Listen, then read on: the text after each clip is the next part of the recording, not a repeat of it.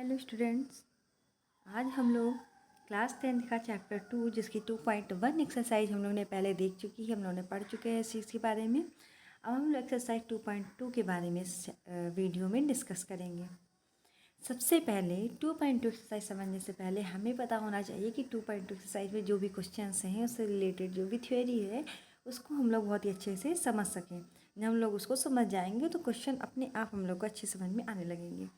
तो मेन इसमें जो फार्मूला हमें यूज़ करना है वो फार्मूला किससे रिलेटेड है? हमारा रिलेटेड है कोफिशिएंट्स एंड ज़ीरोस। इन दोनों के बीच में जो भी रिलेशन होता है, कोफिशिएंट्स एंड ज़ीरोस के बीच में जो भी रिलेशन होता है, उसी रिलेशन को ले करके जो फार्मूलाज बनाए गए हैं उन फार्मूला का यूज़ कर करके हम लोग 2.2 एक्सरसाइज के सभी क्वेश्चंस अटैम्प्ट कर सकते हैं। ओके, तो सबसे पहले हम लोग देखते हैं कौन से फार्मूले हैं। और कोफिशिएंट एंड जीरोस को हिंदी वाले बच्चे हम लोग अपनी किताब में हिंदी में इसको शून्य शून्य कहते हैं, इसमें जीरोस को। और हमारा होता है गुणांक कहते हैं हम लोग कोफिशिएंट को। ठीक है, तो पहले समझते हैं ये जीरोस और गुणांक होते क्या हैं। जीरोस और कोफिशिएंट्स या गुणांक और शून्य क्या होते हैं। तो 9th क्लास में हमने इनके बारे में डिस्कशन किया हुआ है। 9th क्लास में भी सेकंड चैप्टर का ही ये क्वेश्चन रहा है जिसमें गुणांक और शून्यकों के बारे में बहुत ही अच्छे से क्वेश्चंस को समझाया गया है। लेकिन अभी इसमें क्लास में हम एक बार फिर से इस चीज़ को रिवाइज करते हैं। जो ज़ीरोज़ होते हैं इनके निकालने के जो भी मेथड होता है वो स्टार्टिंग मेथड जो होता है उसको इंग्लिश में बोलते हैं फैक्टराइजेशन मेथड। किस मेथड से निकालते हैं हम लोग? Factorization method. ठीक, हिंदी वाले बच्चे कैसे हैं इसको कह सकते हैं? गुणनखंड की जो विधि हम लोग ने पढ़ रखी है, इसको हम लोग कोई भी क्वेश्चंस दिया होगा squaring x square plus x plus something constant करके, और फिर उसको हम लोग गुणनखंड विधि से उसके 2 पार्ट करेंगे और फिर उन 2 पार्ट में से हमारे ज़ीरोज़ निकल कर आते हैं। ठीक है, तो ये चीज़ तो हम लोग जानेंगे कि कैसे जीरोज़ निकालना होता है। बस ये जान लीजिए जीरोज़ का मतलब या फिर शून्य का मतलब ये होता है ऐसी वैल्यू जो किसी इक्वेशन, किसी पॉलिनोमियल, ठीक है, ये पॉलिनोमियल चैप्टर है, बहुपद चैप्टर है, किसी भी पॉलिनोमियल में जब वो वैल्यू पुट की जाए तो वो पॉलिनोमियल क्या हो जाए? ज़ीरो बन जाए। ठीक है, अभी इस चीज़ के बारे में और अच्छे से डिस्कशन तब करेंगे जब अभी हम आगे के क्वेश्चंस के देखेंगे। क्वेश्चंस देख करके हमें और अच्छे से क्लियर होगा। वैसे तो कुछ बच्चों को पहले से पता होगा जिन्होंने 9th में बहुत अच्छे से इस चीज़ के बारे में पढ़ा होगा, और नहीं भी पता है तो आगे हम लोग इसके बारे में डिस्कशन करेंगे। हम देखते हैं कोफिशिएंट समझाना बहुत ही आसान है, तो उसको हम यहीं पे समझ लेते हैं। जैसे कि मान लीजिए कोई इक्वेशन दे रखी है, सो देख 2x square plus 4x plus 2, ये इक्वेशन दे रखी है। अब कोफिशिएंट क्या होता है? कोफिशिएंट या फिर हिंदी में कहें गुणांक, ये क्या होता है? किसी भी चीज़, हिंदी में तो बहुत ही आसान अर्थ इसका निकल जाता है गुणांक, मतलब गुणा हुआ अंक, ऐसा अंक जो उस चीज़ में गुणा है। अब कोफिशिएंट निकालने में सबसे पहले हमें पता होना चाहिए कि किस चीज़ का कोफिशिएंट फाइंड आउट करना है।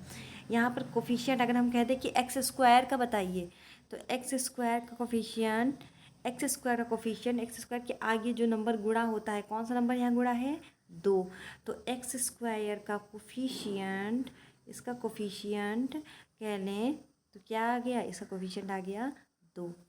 इसको हिंदी में अगर कहें तो एक्स स्क्वायर का गुणांक क्या आ गया? 2 आ गया। क्लियर? अभी हम लोग देखते हैं, अगर हम क्वेश्चन आ जाए कि एक्स स्क्वायर का गुणांक ना पूछ करके वो पूछ ले कि एक्स का गुणांक कितना है। एक्स, तो ये तो एक्स स्क्वायर लिखा हुआ है, यहाँ पे तो कोई अल्फ़ाबेट है ही नहीं, ये है एक्स, यहाँ पे है ना इंग्लिश का लेटर एक्स। एक्स का गुणांक, एक्स के आगे जो गुणा है, आगे ये जो नंबर है इनको हमें नहीं लेना, सिर्फ 4 गुणा है, 4 के आगे के जो नंबर है वो प्लस में लगे हुए हैं। तो ये जो 4 है ये हमारा हो जाएगा एक्स का गुणांक, बराबर कितना हो गया?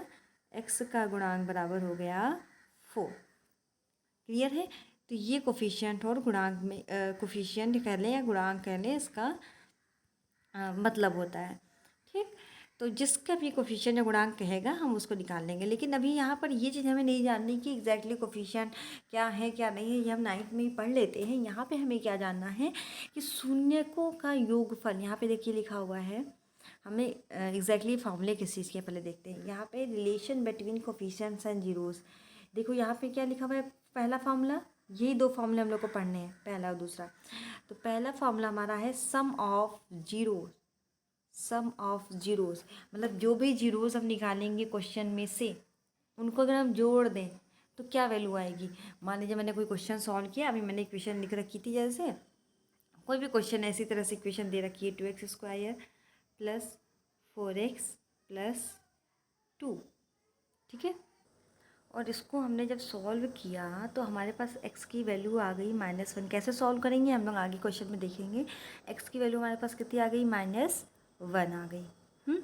तो ये जो x की वैल्यू हमारे पास -1 आई है, इसको जब हम x की वैल्यू -1 आई है, या फिर x की वैल्यू और भी कोई हम कह दें कि दूसरी वाली भी हमारी, वैसे तो -1 ही आएगी इसमें, ठीक है। वैसे अगर मान लेते कोई और भी आ जाती तो उससे कोई फ़र्क नहीं पड़ता। यहाँ पे दो वैल्यू हमें निकल के आती है, जितनी यहाँ पावर होती है उतनी वैल्यू हमारी निकल के आती है। यहाँ पर देखिए, यहाँ पे जितनी पावर दी होती है, सबसे बड़ी पावर, उतनी ही वैल्यूज़ यहाँ निकल के आती हैं एक्स की, ठीक है। तो अब जैसे ये वैल्यू निकल के आ गई हमारी, तो अभी इसमें हमें क्या, ये फॉर्मूला है सम ऑफ जीरोस। तो हमें ये जो वैल्यू होती है एक्स की, यही होते हैं ज़ीरोज़, तो इनका सम करेंगे -1 और फिर प्लस सेकंड वाला क्या है -1 और प्लस माइनस -1 माइनस माइनस कितना हो जाएगा -2। तो हमारा सम कितना निकल के आया -2। ये तो हमने डायरेक्ट सम कर दिया। पर अगर हम ये ज़ीरोज़ ना निकालें, जैसे मैंने यहाँ पे मैंने बताया कि ये डायरेक्ट मैंने यहाँ वैल्यू लिख दी, ठीक है, लेकिन हमने बताया ना कि इसको निकालना पड़ेगा। वो विधि हम पूरी ना निकालें, पूरा वैल्यू एक्स की ना निकाल करके हमें डायरेक्ट अगर जानना हो कि क्वेश्चन लिखा है और डायरेक्ट हम जीरोज़ का सम निकालना हो, तो हम कैसे निकालेंगे। तो उसका फॉर्मूला यहाँ पे दे रखा है डायरेक्ट निकालने का, ठीक है। तो अभी देखते हैं, यही क्वेश्चन को हम लिखे रहने देंगे यहाँ पर और देखेंगे डायरेक्ट कैसे वैल्यू आ जाती है। एक सेकेंड, इसको हम इरेज कर देते हैं। यहाँ पर लिखा हुआ था हमारे पास 2। ये हमारा क्वेश्चन हो गया। अब हम यहाँ पे लिखते हैं फार्मूला सम ऑफ ज़ीरोज़ का फार्मूला होता है B/A। सम ऑफ ज़ीरोज़ का फार्मूला होता है B/A, ठीक है। अब B क्या है और A क्या है, ये भी आप लोग ने 9th में पढ़ रखा होगा, फिर भी हम यहाँ पे एक बार रिपीट कर देते हैं कि A की जो वैल्यू होती है, A फॉर होता है कि x² के आगे वाला, या फिर कहो सबसे हाईएस्ट पावर जो होती है इक्वेशन की हाईएस्ट पावर, उसके आगे जो वैल्यू लिखी होती है वो होती है A। फिर ऐसे ही कंटिन्यूस चलता रहता है। हाईएस्ट पावर कितनी थी, x की पावर 2, उसके आगे जो लिखा था वो हो जाता है वो नंबर पूरा, x² के आगे जितना भी लिखा होगा सब A में आएगा। फिर सेकेंड x² के बाद अब x आएगा ना, एक पावर कम करके, तो इसके आगे कितना लिखा हुआ है 4, तो ये कितना हो जाएगा 4 हो जाएगा हमारे पास, ये हो जाएगा B। और फिर A के B के बाद क्या आएगा C, तो ये थर्ड वाला क्या हो जाएगा C। समझ में आई बात, ठीक है। तो अभी देखते हैं कैसे हम लोग इस चीज़ को डायरेक्ट निकालते हैं। बराबर B की वैल्यू कितनी दे रखी है 4, A की वैल्यू कितनी दे रखी है 2, ये कटिंग करके कितना हो जाएगा 2 1 जा 2 2 2 जा 4, आंसर कितना आ गया 2, है ना। तो ये फॉर्मूला जो करेक्ट कर लीजिएगा। यहाँ पे -B/A होता है, माइनस लगाना हम यहाँ पे रह गया मेरा, ठीक है। अभी फॉर्मूला फिर से अभी क्लियर लिख देंगे, ये होता है -B/A। तो ये कितना हो जाएगा माइनस, तो हमारा आंसर कितना आ गया -2। अभी इसके पहले जो हम लोग ने सॉल्व किया था, आप लोग वीडियो को थोड़ा पीछे जा करके फिर से इस चीज़ को देख सकते हैं। अभी हम लोगने जो सॉल्व करके बताया था उसके भी जीरोज़ का सम कितना आ रहा था -2, पर उसमें हम लोग को जीरोज़ निकालना पड़ रहा था, जो कि हम गुणनखंड विधि से या फिर फैक्टराइजेशन मेथड से निकालेंगे। और फिर उन जीरोज़ का सम करना, जैसे जीरोज़ आए हो 3 और 2, मान लो 2 जीरोज़ आए हैं, 3 2 का प्लस कर दिया 5 आ गया आंसर। लेकिन वहाँ पे हमें जीरोज़ निकालना पड़ेगा ना, यहाँ पे बिना निकाले हम बस डायरेक्ट फॉर्मूला लिखेंगे और यहाँ से देख लेंगे A और B की वैल्यू क्या है और वैल्यू को पुट करेंगे और हमारा आंसर आ जाएगा विदाउट जीरोज़ फाइंड आउट किए हुए, ठीक है। तो ये हो गया। हम इस क्या कहते हैं फॉर्मूले को अच्छे से यहाँ पे लिख दे रहे हैं। इसका फॉर्मूला है -B/A, ठीक। ये हो गया हमारे इसका फॉर्मूला। अब सेकंड फार्मूला हमारा है प्रोडक्ट ऑफ ज़ीरोज़। जीरोज़ को अगर हम गुणा करें, इसका हमने यहाँ पे 2 हट गया है, ये पूरी इक्वेशन, ये क्वेश्चन है हमारे पास जिसका एग्जांपल लेके हम लोग चल रहे हैं। अब हमें निकाला प्रोडक्ट ऑफ ज़ीरोज़। हमें क्या करना है, इन मान लीजिए हमने क्या बताया था कि इसकी जीरोज़ की वैल्यू कितनी आएगी, पहले की भी -1 आएगी, दूसरे की भी -1 आएगी। ये हम विदाउट सॉल्व किए हुए बता रहे हैं, आगे हम बताएंगे भी कि कैसे इसको सॉल्व करके जीरोज़ की वैल्यू आती है। ठीक है, कभी कभी दोनों इक्वल आती हैं, कभी कभी अलग अलग आती हैं। ठीक है, तो वो चीज़ आप लोग आगे देखेंगे आगे के क्वेश्चन में। अभी हम इसको सॉल्व किए बिना बस हम रिव्यू ले रहे हैं कि किस तरीके से हम लोग इस चीज़ को सॉल्व कर सकते हैं आसान तरीके से। तो प्रोडक्ट ऑफ जीरोज़ जो है इस फॉर्मूले का रिव्यू है ये। तो प्रोडक्ट ऑफ जीरोज़, जीरोज़ हमें क्या करना है, प्रोडक्ट। हमारे पास ये और ये दो प्रोडक्ट हैं, इनका हम प्रोडक्ट कर लें -1। प्रोडक्ट का मतलब होता है गुणा, प्रोडक्ट का मतलब होता है गुणा। यहाँ पे लिखा भी हुआ है शून्यकों का गुणनफल। ठीक है, गुणे -1। माइनस और माइनस गुणे में हमेशा पहले साइन गुणा होता है फिर नंबर गुणा होता है। तो माइनस और माइनस गुणा होकर के क्या बन जाएगा, प्लस। और वन गुणा होकर के 1 +1, प्लस तो हम साइन लिखते नहीं है तो हमारे पास आंसर कितना आ गया 1। अब ये वैल्यू कैसे निकल के आई है, ये वैल्यू ऐसे निकल के आई है कि हमें पता हो कि ये चीज़ शून्य की वैल्यू क्या होगी। लेकिन अगर हमें शून्य नहीं निकालना, जीरोज़ नहीं निकालना, डायरेक्ट फॉर्मूले से देखते हैं कि हमारे पास 1 वैल्यू आती है, तो हम इस चीज़ को चेकआउट करते हैं। चलो, प्रोडक्ट ऑफ जीरोज़ का पहले फॉर्मूला क्या होगा ये हम देखिए। तो इसका फॉर्मूला होता है सी, एक सेकेंड,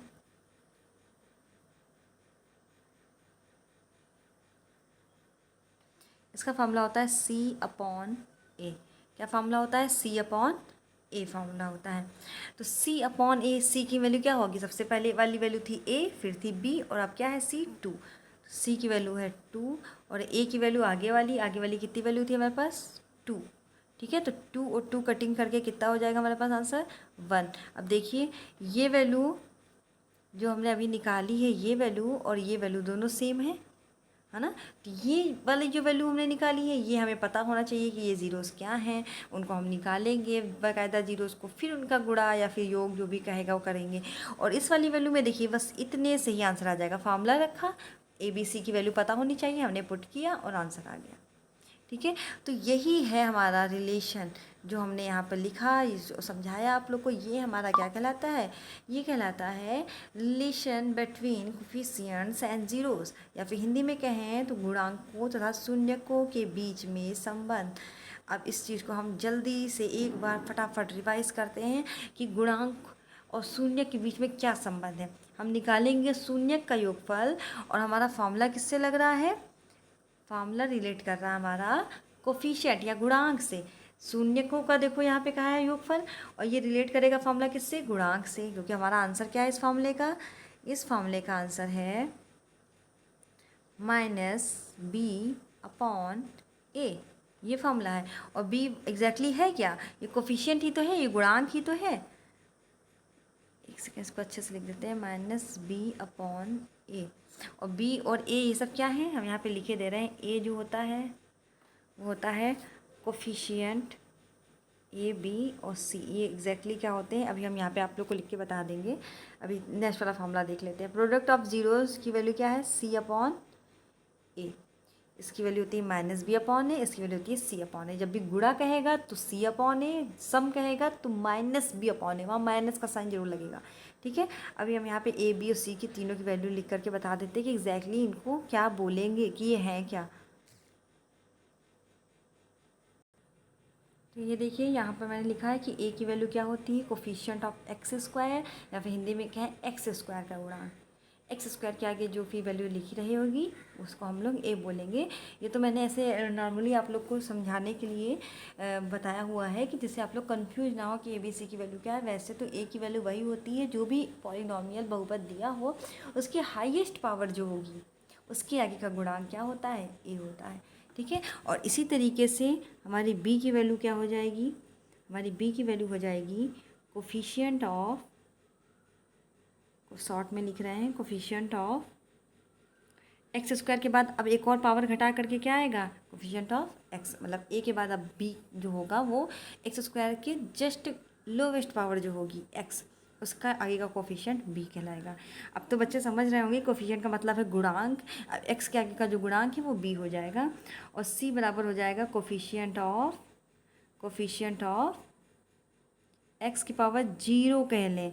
0 मतलब कि किसी की पावर 0 होती है तो वो 1 हो जाता है। वो चीज़ दिखा, ऐसा समझ लीजिए कि वो चीज़ वहाँ पे एग्जिस्ट नहीं कर रही है। जो चीज़ कांस्टेंट हो, C फॉर डायरेक्ट कांस्टेंट हम यहाँ लिख दे रहे हैं आप लोग के लिए, सी फॉर कांस्टेंट, ठीक है। कांस्टेंट वर्ड हिंदी और इंग्लिश दोनों वाले बच्चे जानते होंगे। कांस्टेंट का मतलब क्या होता है, जिसमें जिसके साथ कोई भी अल्फ़ाबेट नहीं लगा होता है। मतलब जैसे एक्स स्क्वायर के टर्म में अगर पॉलिनॉमियल दे रखा है तो एक्स स्क्वायर एक्स और फिर एक नंबर होगा जिसके आगे कोई भी एक्स नहीं होगा, वो होता है कांस्टेंट। ओके, ठीक है, वो फिक्स होता है। तो ये हो गया ए बी सी की वैल्यूज़ हो गई। और इस चीज़ को अभी मैंने यहाँ पे सिर्फ फार्मूला समझाया है, इस वजह से अभी ये और अच्छे से तब समझ में आएगा जब आप लोग क्वेश्चन लगाएंगे, ठीक है। आप लोग को अभी एग्जैक्टली क्या करना है, इससे थोड़ा बहुत समझ में जितना आया है, ठीक है, इस चीज़ को आप लोग को नोट डाउन कर लेना है। ये इतना मैंने लिखवाया जो, इसको नोट डाउन कर लेना है कि हम रिलेशन पढ़ रहे हैं जीरोज़ और कोफिशिएंट के बीच में, गुणांक और शून्य के बीच में। अगर हम जीरोज़ का सम निकालेंगे तो डायरेक्ट हम क्या करें, बी की वैल्यू लिखिए, नीचे ए की वैल्यू रखिए, आगे माइनस साइन लगा दें, डायरेक्ट आंसर आ जाएगा। और अगर गुणा निकालना हो जीरोज़ का तो हम सी की वैल्यू लिखिए, ए की वैल्यू लिखिए, डायरेक्ट आंसर आ जाएगा। हमें वो जीरोज़ की वैल्यूज़ नहीं निकालनी पड़ेंगी। देखिए, विदाउट जीरोज़ फाइंड आउट किया हम उनका सम निकाल सकते हैं, विदाउट जीरोज़ फाइंड आउट किया हम उनका प्रोडक्ट निकाल सकते हैं। बस यही एक रिलेशन है। इस चैप्टर से हमें इतनी ही नॉलेज गेन होती है कि बिना जीरोज़ निकाले हम उनका सम या प्रोडक्ट कैसे निकाल सकते हैं। ओके, लेकिन अभी जो इसके आगे क्वेश्चन होंगे उसमें हम लोग जीरोज़ निकालना भी सीखेंगे और फिर उसको चेकआउट भी करेंगे कि क्या सच में सम ऑफ जीरोज़ जो है वो इस फॉर्मूले से और उनको जब सम करते हैं तो सेम ही वैल्यू आती है, ठीक है। इस चीज़ को हम लोग कब देखेंगे, आगे एक्सरसाइज में, ठीक है। ये वीडियो बहुत बड़ी हो गई है, 15 मिनट से ऊपर हो गई है, इस वजह से अभी इस वीडियो को यहाँ रोक देते हैं और फिर नेक्स्ट वीडियो में हम आप लोग को बताएंगे इस चैप्टर इस एक्सरसाइज के क्वेश्चन को कैसे सॉल्व करना है। ओके, ठीक है, तो फिर आज के लिए इतना ही। Thank you.